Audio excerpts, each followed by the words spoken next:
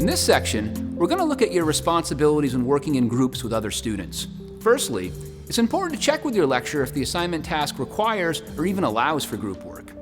If it is a group assignment, find out whether the final piece you submit must be written by each individual group member or if it needs to be a single group submission.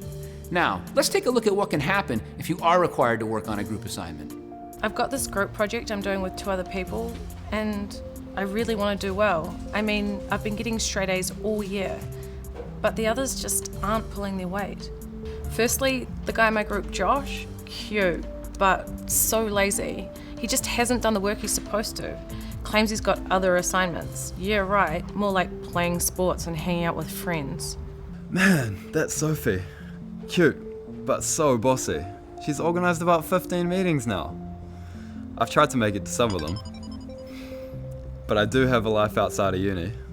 The other guy in my group, Bo, he's done his bit, but it's just not very good.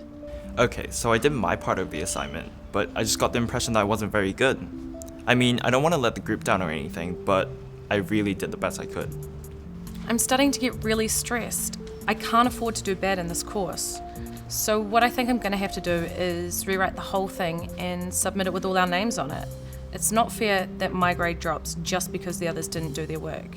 And really, I'm doing them a favour, right? Because I'm doing the work for them. So this was a good, or maybe bad, example of what can happen in a group.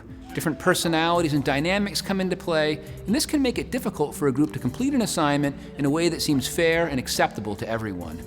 Think back to the fundamental values we talked about in week 1. Honesty, respect, trust, fairness, responsibility, and courage.